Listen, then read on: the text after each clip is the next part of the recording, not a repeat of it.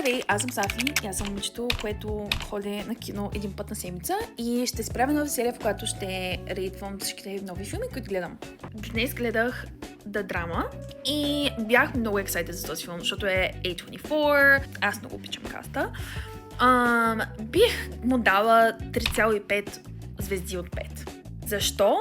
Защото много ми хареса естетиката на филма, начинът, по който беше сниман, кътовете, просто беше много красив филм. През цялото време бях заинтересувана и исках да знам какво ще се случи. Преди да го гледам, реално не знаех точно за какво става въпрос самия филм и не знаех жанра какъв е.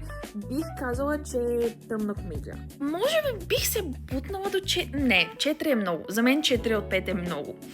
3,5. Стандартен, много хубав филм. Бих ли го гледала пак? Най-вероятно не, но ми хареса. Единственото нещо, което не ми хареса, без спойлери, е, че края просто бях малко като... Това ли беше? Това ми беше реакцията за края на филма.